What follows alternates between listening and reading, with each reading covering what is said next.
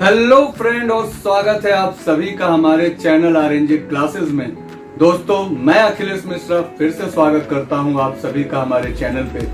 दोस्तों जिस तरीके से आप हमारे चैनल को लगातार प्यार और अपना आशीर्वाद दे रहे हैं उसी तरीके से अपना प्यार और आशीर्वाद हम पर बनाए रखिए और हम आपके लिए और भी इंटरेस्टिंग वीडियो लेकर आएंगे। दोस्तों जैसा आपने अभी लास्ट वीडियो शैलेश सर का देखा कि शैलेश सर ने 10वीं के विद्यार्थियों के बोर्ड्स के जो प्रॉब्लम थे उससे रिलेटेड वीडियो आप तक पहुंचाया और मैं जहां तक आपको कहा था कि हम एक मुहिम लेकर चल रहे हैं, साहित्य बचाओ मुहिम, जिसके तहत मैंने आपको कहा था कि मैं आपको अच्छे अच्छे साहित्यकारों की अच्छी अच्छी रचनाएं आपके सामने लाऊंगा ताकि आपको ये पता चले कि किताबों का क्या महत्व होता है। दोस्तों मैंने मुंशी प्रेमचंद की सबसे पॉपुलर साहित्य कफन को आपके सामने लाया था। जो लोग इस वीडियो के लिए नए हैं वो हमारे डिस्क्रिप्शन बॉक्स में जा सकते हैं, उनमें उनको फर्स्ट एपिसोड कफन का लिंक मिलेगा। वो उसे जब देखेंगे तो शायद आपको इस सेकेंड एपिसोड समझ में आए। तो दोस्तों आपका बिल्कुल भी समय मैं वेस्ट नहीं करूंगा और आज मैं आपके सामने लेकर आया हूं कफन का एपिसोड नंबर 2, क्योंकि बहुत बार और बहुत से लोगों ने इस कहानी को अपना अच्छा खासा प्यार दिया है। तो मैं चाहता हूं कि मैं इस कहानी के दूसरी परत को खोलूं और आपके सामने लेकर आया हूं एपिसोड नंबर 2 मुंशी प्रेमचंद की कफन। दोस्तों अब हम आ चुके हैं कफन के दूसरे पार्ट पर। जहां तक पहला पार्ट हमने खत्म किया था, आज मैं उसके आगे से हमारे कफन का दूसरा पार्ट शुरू कर रहा हूं। अभी तक कहानी में मैंने आपको घीसू, माधव और बुधिया के बारे में बताया था। अब मैं उस कहानी से थोड़ा आगे चल रहा हूं और मुझे ऐसी आशा है कि आपको ये कहानी और पसंद आएगी। और अगर आपको कहानी पसंद आए तो प्लीज कमेंट बॉक्स में अपना कमेंट जरूर दर्ज करें और हाँ, हमारे चैनल को सब्सक्राइब करना ना भूलें और अपने दोस्तों और रिश्तेदारों से भी हमारे चैनल को सब्सक्राइब करवाएं ताकि उन तक भी वो चीजें पहुंचे जो हम आप सब तक पहुंचाना चाहते हैं। तो दोस्तों शुरू करते हैं अपनी कहानी कफन। माधव को भय था कि वो कोठरी में गया तो घिसू आलूओं का एक बड़ा हिस्सा साफ कर देगा। बोला, मुझे अंदर जाते डर लगता है। डर किस बात का है, मैं यहाँ हूं ही, तो तुम ही जाकर देखो ना। मेरी औरत जब मरी थी तो मैं 3 दिन तक उसके पास से हिला तक नहीं था और मुझसे लजाएगी कि नहीं। जिसका कभी मुंह नहीं देखा उसका उघड़ा हुआ बदन देखूं, उसे तन की सूध भी तो ना होगी। मुझे देख लेगी तो खुलकर हाथ पांव भी न पटक सकेगी। मैं सोचता हूं कोई बाल बच्चा होगा तो क्या होगा। सोठ, गुण, तिल कुछ भी तो नहीं है घर में, सब कुछ आ जाएगा भगवान दे तो। जो लोग अभी एक पैसा नहीं दे रहे हैं वे ही बुला कर देंगे।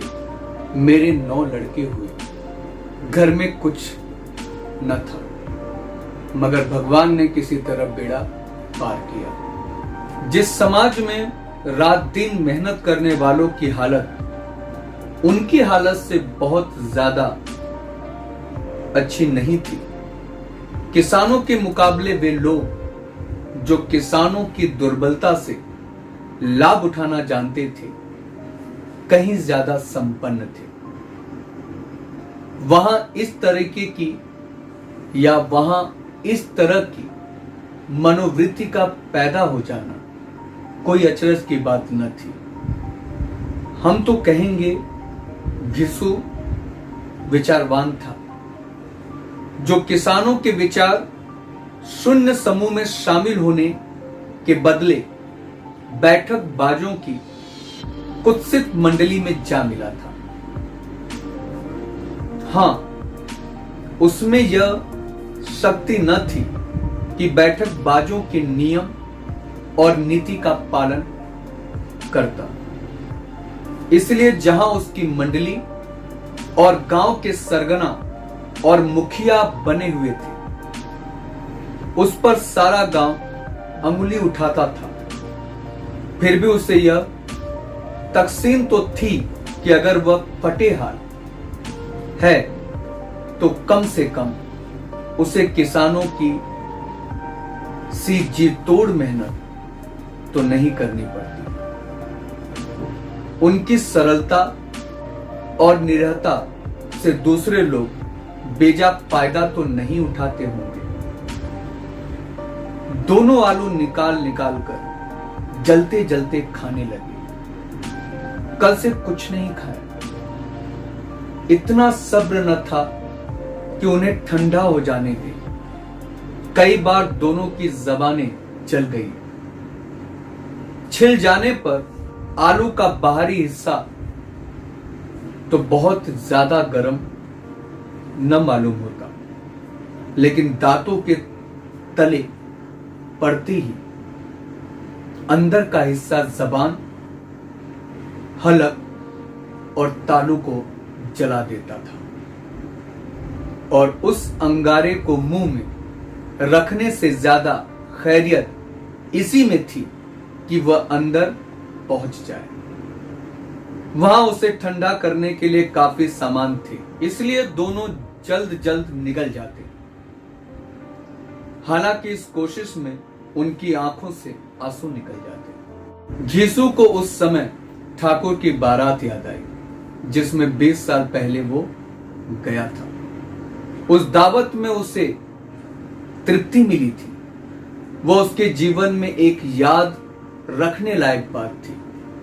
आज भी उसकी याद ताजा थी। बोला वह भोज नहीं भूलता। तब से फिर उस तरह का खाना और भरपेट नहीं मिला। लड़की वालों ने सबको भरपेट पूरियां खिलाई थी। सबको, छोटे बड़े, सबने पूरियां खाई। और असली घी की चटनी, रायता, 3 तरह के सूखे साग, एक रसेदार तरकारी, दही, मिठाई। अब क्या बताऊं कि इस भोज में क्या स्वाद मिला। कोई रोक टोक नहीं था।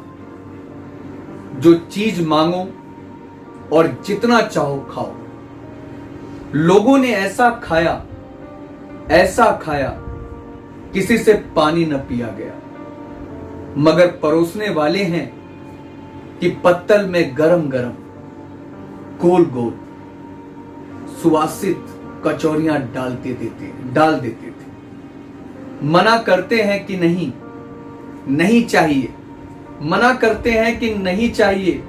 पत्तल पर हाथ रोके हुए हैं, मगर हैं कि दिए जाते हैं। और जब मुंह धो लिया तो पान, इलायची भी मिली, मगर मुझे पान लेने की वहां सूद भी न थी। चटपट जाकर अपने कंबर पर लेट गया।